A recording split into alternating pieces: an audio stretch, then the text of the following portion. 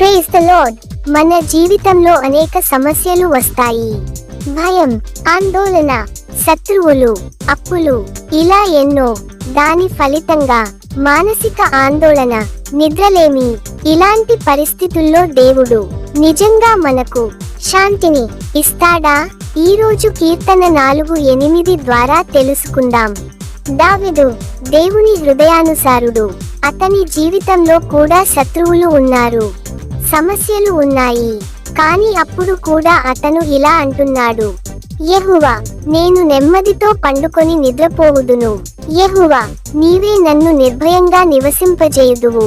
దావీదు సమస్యలు పోయాక శాంతి పొందలేదు.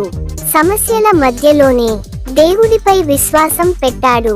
ఆయన అంటున్నారు, శాంతి పరిస్థితుల వల్ల రాదు, డబ్బు వల్ల రాదు, మనుషులు వల్ల రాదు, భద్రత వల్ల కాదు, సైన్యం వల్ల రాదు.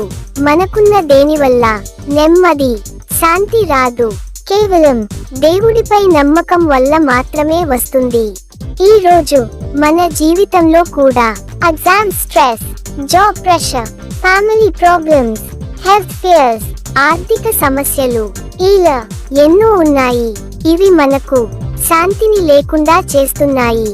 దావీదు చెప్పినట్లు మనం కూడా దేవుడిపై నమ్మకం ఉంచి ఆయన సహాయము కోరితే మన హృదయం నిలకడగా ఉంటుంది.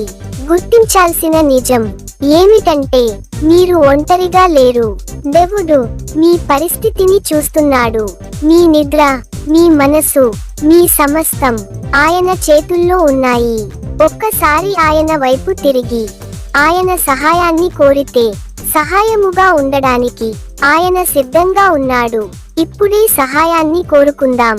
ప్రభువా, ఈ మాట విన్న ప్రతి వ్యక్తికి నీ శాంతిని, నెమ్మదిని ఇవ్వమని ప్రార్థిస్తున్నాం.